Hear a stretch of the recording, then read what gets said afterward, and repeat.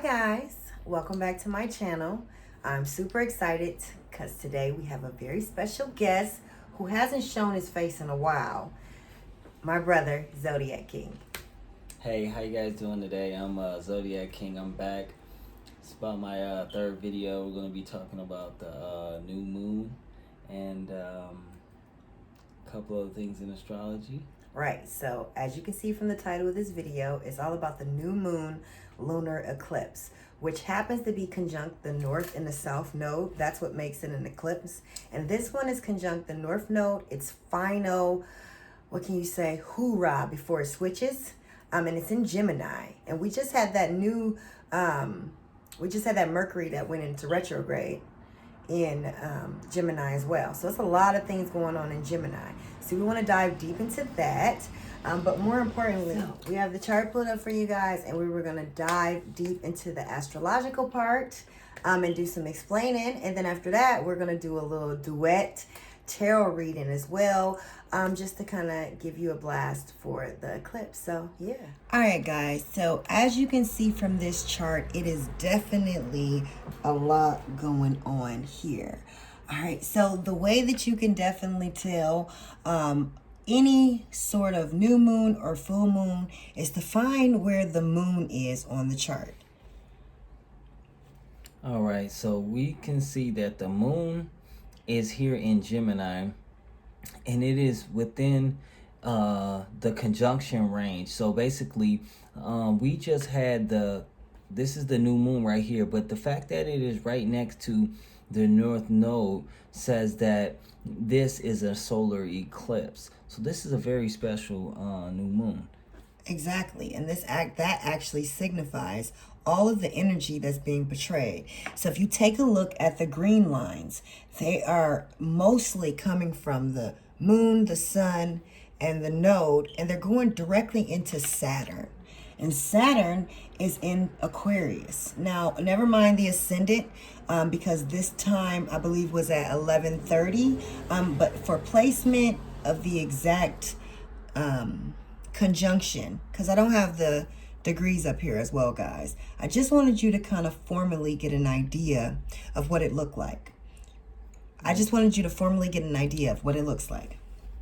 So, Saturn in Aquarius making a significant trine to the north node, the moon, and the sun. Wow, what does this mean? The conjunction to the moon, the north node, and the sun. Saturn. It's trining it though. This has got to be the most harmonious aspect of the year. And I say that because Saturn is a very tough cookie. No, seriously, Saturn can be extremely difficult if you allow it. However, it being in a trine to our moon and to the sun, which is how we identify with our ego and our emotions,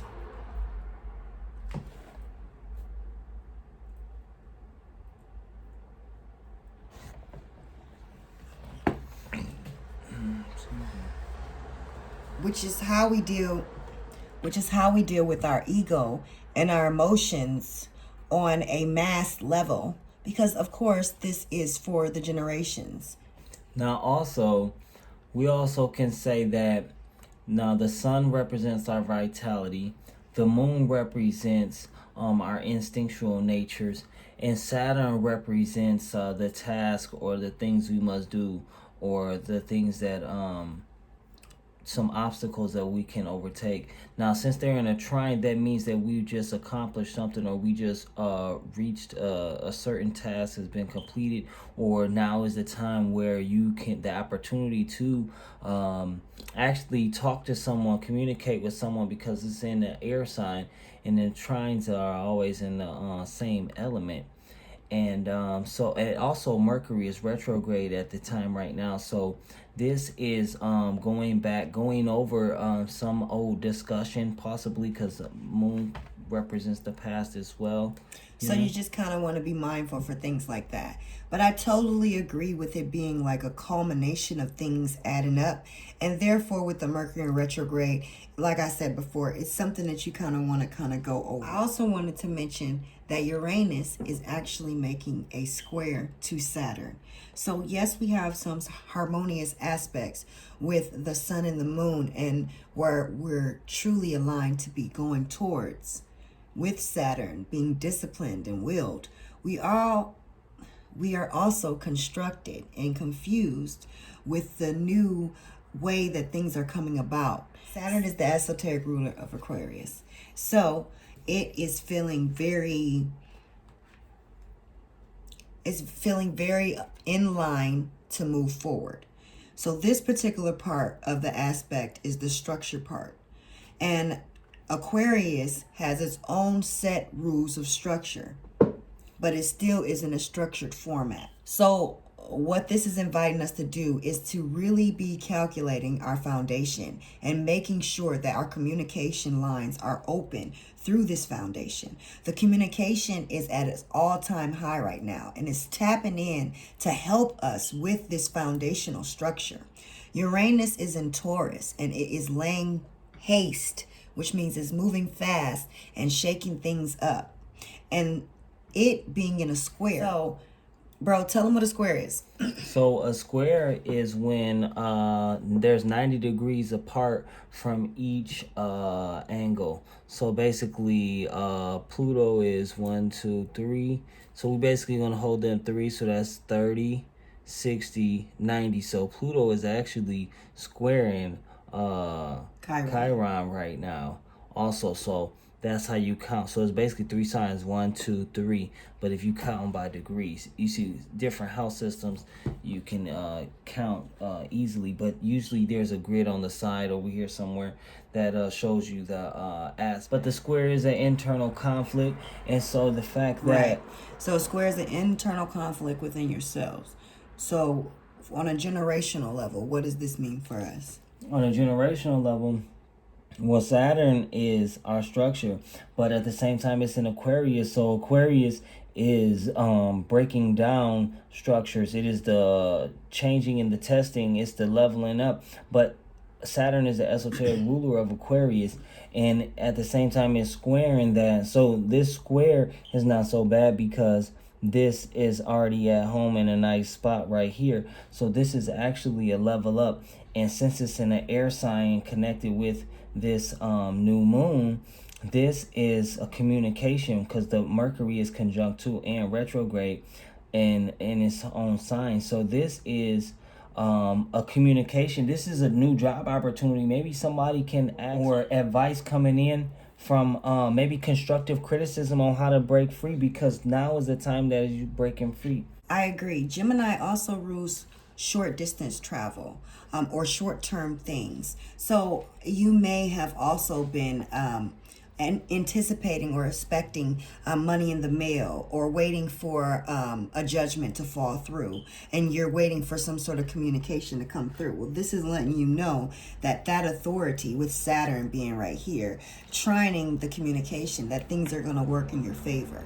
Or if you just rolling through life, then expect for things to just higher or more authoritative people to come through and communicate and help you through things in a communicative way, being able to talk you through it or whatnot, and rationalize with you so you're really able to move forward.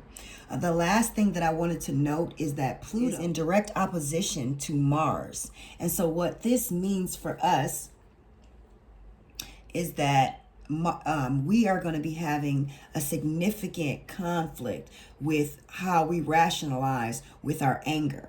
I really want you to touch bases on this, because your ascendant is Pluto, which is Scorpio. And so you can kind of really zone in on the depth of what this Pluto and this opposition with Mars is really going to be portraying on us. Okay, so yes, this opposition is going to be very interesting This is going to be pulling up all of the old things. That Pluto represents the old self, the old you, and Mars represents your drive and your passions. Now, this opposition is happening in Capricorn, where is Pluto is, and Cancer, whereas Mars is. So Cancer also corresponds with the home. So some of this stuff can be relating to the home and work environment because Capricorn represents work environment. But in related to the whole of the chart, in going back to the Saturn square, Uranus, this is a breaking free, but this is breaking free from an old life pattern and based off of how we act day to day, because Mars is the day to day. That is so true. You guys have to remember that we're still going into the age of Aquarius. Yes, Jupiter and Saturn has already entered into Aquarius, but Pluto is about to make its first debut in the sign of Aquarius. Since it take 180 years to get through a full cycle of Pluto. And so what this is letting us know is that any final drafts or any final disruptions within the actions toward authority that we're taking, because Pluto and Saturn are still in a conjunction. Any time a conjunction is within a 10-degree radius, but Pluto, because it takes 180 years, because it's such a heavier maleficent planet, more magnitude, it can reach further past that 10 degrees. So it is still in a conjunction with Saturn. So this is giving us that last final push that we need to break down those old egotistical structures that have been stopping us from what's to come. Okay, so I also wanted to add in that the moon is also making a sextile to Uranus. Now, the sextile aspect is opportunity with a little bit of work put in. So this square, so if you add the moon in, the moon is the thread, or basically the medium, the stabilizer, the materializer. If you add this in, if you put a little bit of thought into the subconscious, thought into what's happening, then this square will turn harmonious. See, because squares are not always negative, but they also represent what's happening. What's happening is also going to happen, but how you react to it is what you can change about it. Yes. Okay? But also what I wanted to say is that this means that your emotions are subject to change, but the fluctuation of changing them is based on old patterns and breaking them up out of Aquarius, old self.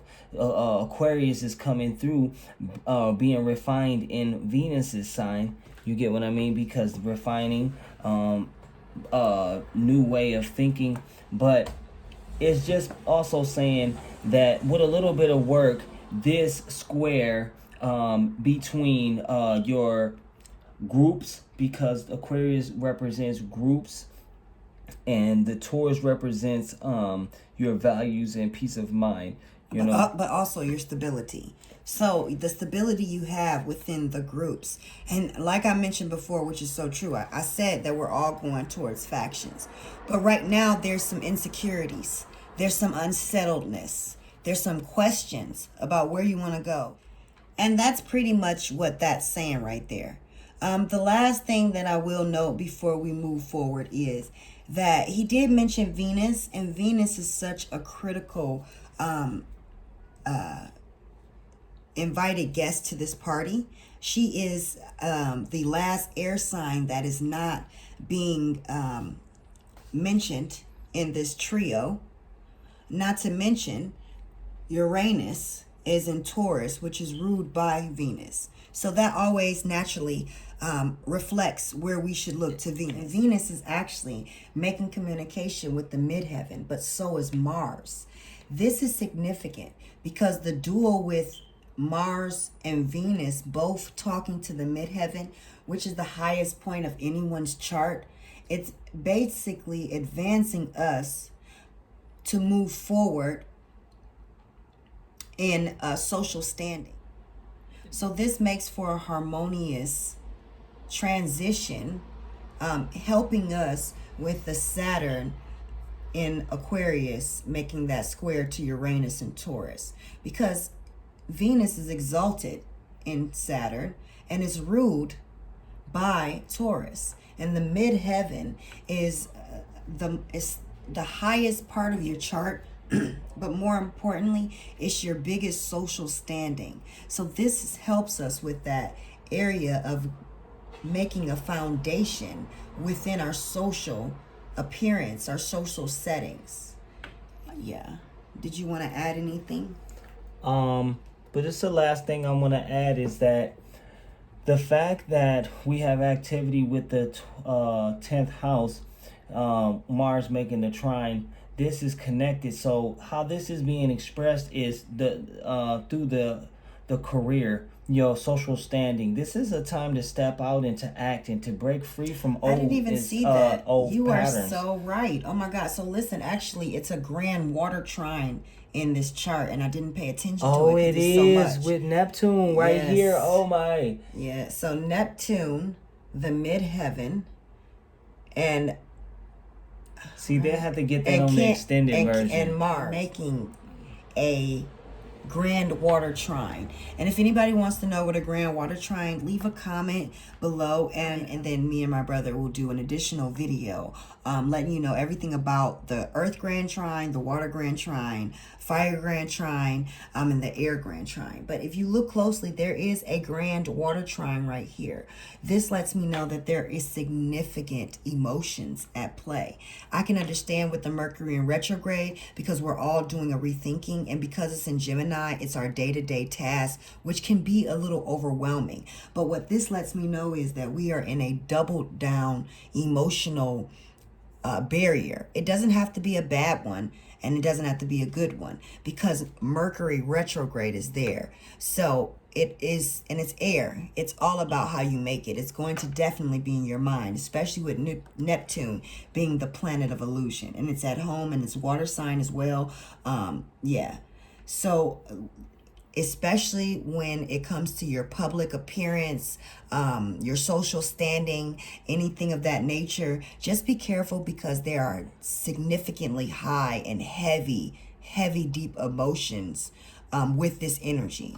So I hope this helps you guys, as always. So guys, we're back. This is my favorite part. So now we have dun dun dun tarot wars. No, I'm just joking.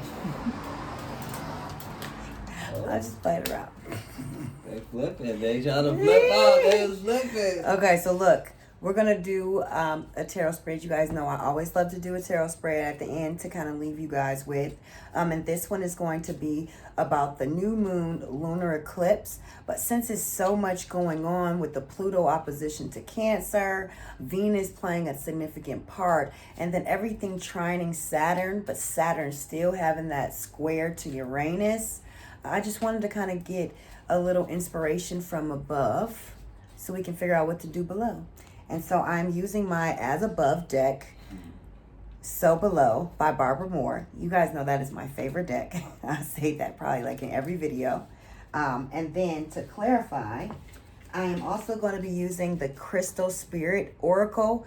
And this is illustrated by Gina Diega. I hope I'm pronouncing her name right.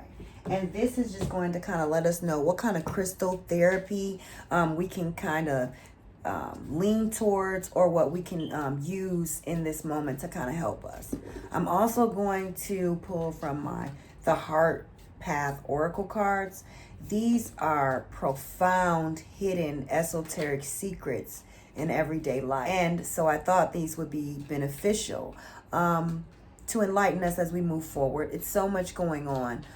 These are really, really good. So we're going to jump into this and see what this is about. So I'm going to start off. Sorry, I forgot to say, this is also using the vice versa deck. Vice versa, flip side. Yes, and he actually did a video on that one. We'll leave a link in the description box for that, so you can check it out. It was a total unboxing and everything. It was great. So what do we have in store for this lunar eclipse? It's conjunct the North Node. We have so much energy with Pluto here. It's been maintaining its retrograde at 26 degrees, now in opposition to Cancer. Now in opposition to Mars, which is in Cancer. And then we also have Saturn trining our moon and sun, and also making a square to Uranus. All right. So, the first card that popped out is the Six of Water. I don't know if you guys can see that.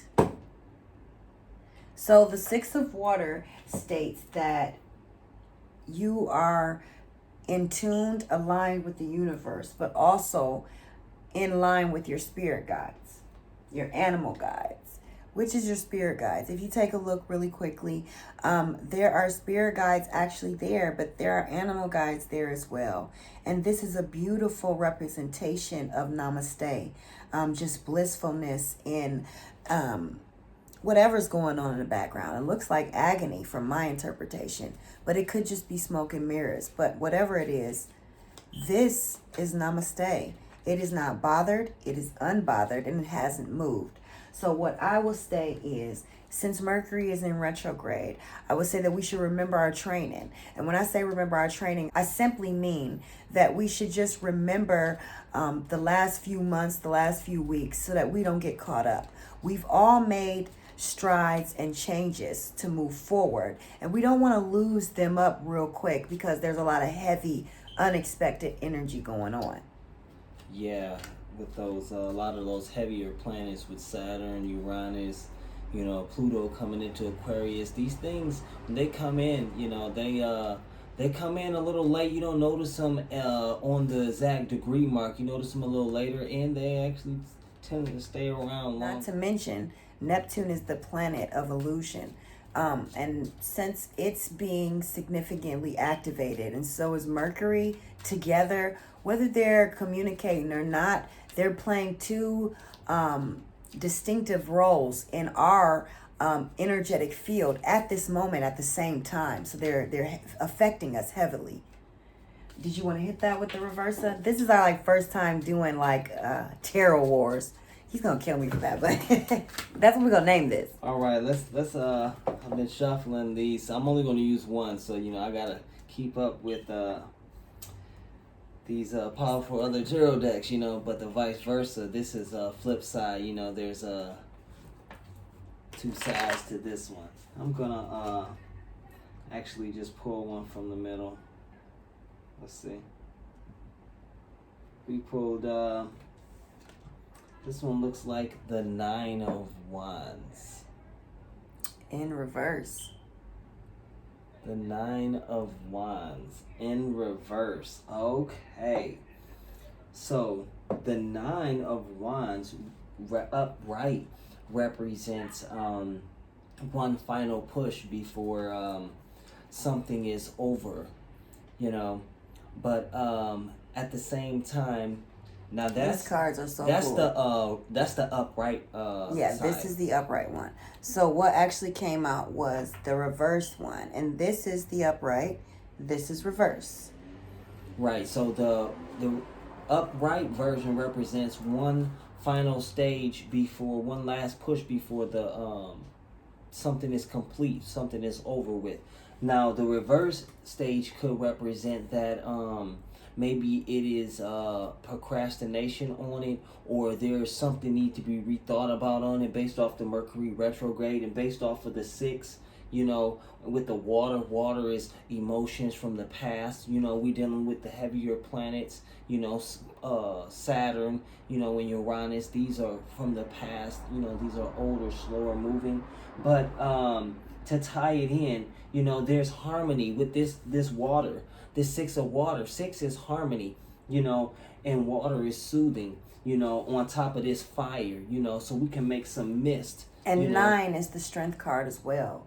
And the 9 of Wands just means that we need to have inner strength with our own, not our aspirations, but our ego. And I know that that's like a double-edged sword, because our ego is significantly being transformed since it's being in opposition to Pluto. But that is us just believing in ourselves, having security in ourselves, getting rid of the insecurities that we have about us. And so that is, I think that's what that is implying right now for us. And then the next one you have is the Maiden of Water. I don't know if you guys can see that. And the Maiden of Water is the beginning. She spreads, she's the initiation. She's the initiation of love. She's the initiation of passion. She's the initiation of curiosity, inventiveness. Water deals with all of that. And the Maiden is the initial impact of it. Because you have the Maiden, the Mother, and the Crone. The Maiden is the one that is the initial impact, the light, fluffy schoolgirl. You have the Mother, who's the one who carries the weight, makes the transitions, lays the groundwork and foundation. And then you have the Crone, who's been through so much and has so much wise wisdom and discernment that we can all learn from. So this just lets me know that this is a new journey. Like, some of you all out there watching this video are really clicking on this for the first time. Not to mention, this also signifies the transition that we're moving into. We're still in the beginning stages, because Pluto has yet to even cross the threshold of Aquarius. So we're really just getting started with this. And I think that's kind of what that says. Yeah. And you also have the Eight of Water. So the Eight is a representation of you collecting and culminating your energy, having inner strength as well. And the Eight can mean strength as well. It's actually represented by the Strength card in the original tarot deck. But what this means is that there's a lot going on, and there's a lot that is not being explained at this moment. It's coming out, I guess, too slowly is what I'm hearing. But there's some transition, and there's some change, there's some resistance. And so there's some confusion. Then you also have the Circle about which way and where we should be going. And this just goes to the midheaven and our social standings, because the Circle represents our peers. It represents us being able to function with our peers. It represents the path that we take with our peers. All of this is represented by the Circle. It's more than just our peers. It's where our peers turn into our family. Seriously. So. Okay, I'll get a hit. Let's see what's coming out of these. There we go. Okay. We have, this looks like 19. So we have the Sun in reverse, okay? This is the upright version of the Sun, but this is the vice versa deck, and we get in the reverse version. This is what came up. So the Sun in reverse represents something is clouding this. Now, also, there can be another unseen element, more to the picture, but the Sun also represents shining. Now, the fact that we had the Circle, and that we had the 9, and then we also had the 6 of Water, this shows us that this time the light is still going to shine through, because we had the solar eclipse with this new moon. So whatever kind of shade comes in, it doesn't even matter, because the solar eclipse, brings new energy to everything. And the fact that the Sun is here still shows that the light is still beaming, no matter what is trying to cloud through, whatever Mercury retrograde or anything. That's so true. And the fact of it being in reverse really can simply signify that it is in Cancer. And Mars, the Sun, which is represented by, the Sun is represented by Leo, but Mars is our actions, and this is where this power from the Sun is coming from. This can signify the lack of power and assertiveness from that because it's in a fall sign. It's in a water sign versus a fire sign. So the light is not shining as bright as it should be. It's very dim. And you also have the 10 of air. And the 10 of air is a completion. But not only that, if you look very closely, this is one of my favorite cards. So she's actually playing tarot with her spirit guides. And you can see the Ace of Cups there. You can see the 10 of fire there. And you can see the 10 of earth. And you can actually see the 2 of air. Those cards right there. And then she's holding the 10 of air herself. I thought that was so fascinating. But truly what that means is, that is the Gemini trining. That's the sun and moon in Gemini with the North Node trining Saturn. This is letting us know that the structures that are being built up right now, the structures that have been broken down and that are formulating as a cause of the broken ones, are the structures that are working for our benefit. And we do not need to be shameful. We do not need to be less bright or have our light dimmed or feel any type of disconnect at all, because we are aligned exactly where we need to be. You have the circle and you have the 10 of air. This is the ultimate communication within your social standing, within your social peers. So right now with this Mercury in retrograde, it's a simple calculation of calculating too much, which is what Gemini can do, especially when it comes to the small day-to-day life or the day-to-day relationships that you have to communicate with. So I also wanted to pull from the Heart Path Oracle. And this one just says, the intimate dance of beliefs and emotions. There is strength in numbers. See, this goes exactly with the social standing. So we've already been making new waves, new interests, new ideas, new communication, new family, new friends. And it's working for us significantly. It's changed us completely. Some of us are not even the same. You also have becoming who you are meant to be. Manifest your dreams. We are on the road to exactly where we need to be. Everything that we're doing right now is exactly what we need to be doing at this moment. We are exactly where we need to be. And we have everything that we need. This is a natural succession that we are meant to move forward and move through. And we're doing it we're doing it quite gracefully, I might add. Because a lot of people are just waking up renownedly. Write that off. So I did want to leave you guys with some crystal therapy. Give these a good shuffle one last time. Give these one last shuffle. And just see what kind of crystal therapy we need to be looking out for, meditating on right now. Labradorite. Oh my God, this is my favorite. Now, I actually want to read from this because I want to get it exactly right for you all. And it has a deeper meaning. I love labradorite too. It's one of the most beautiful crystals. So, labradorite. It says, the essential meaning, awakening to the magic within. Mystery and synchronicity. Helps from unexpected sources. See?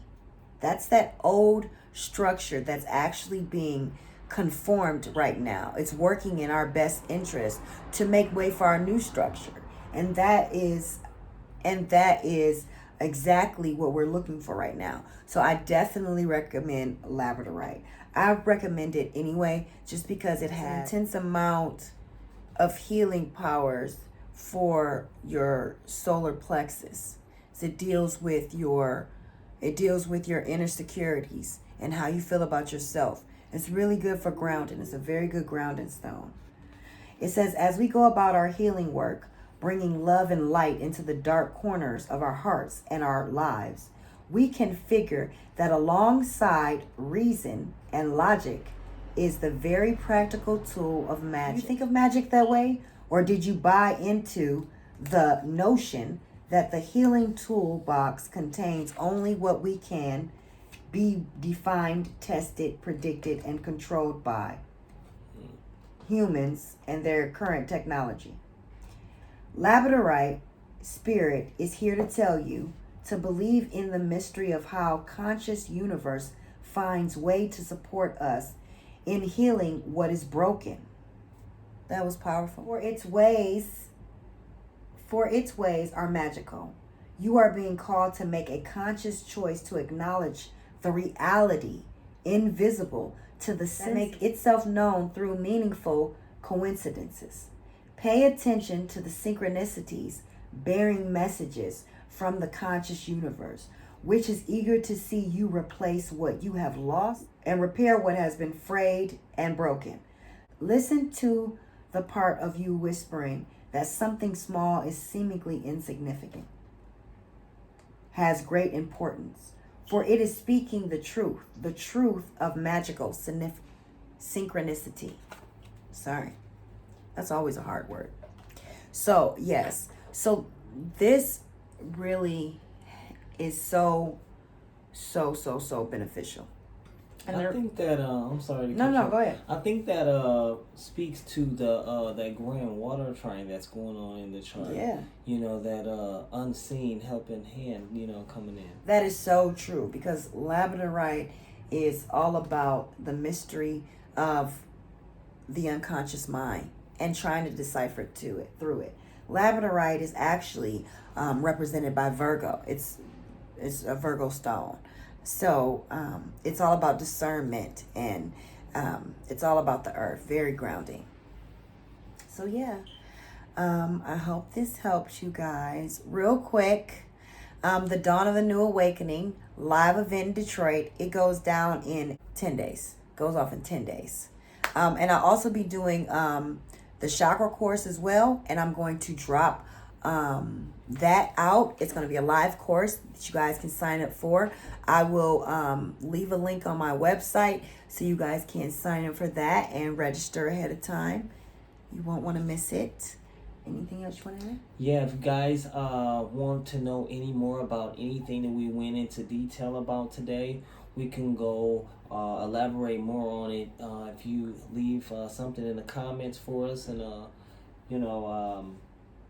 you want to go into detail about the aspects, or just ask for the extended version of whatever you're asking for, and we can work to get that video up. Also, you can hit a like and share this video if you liked anything that we said, and if you think that this could be beneficial to anyone else that is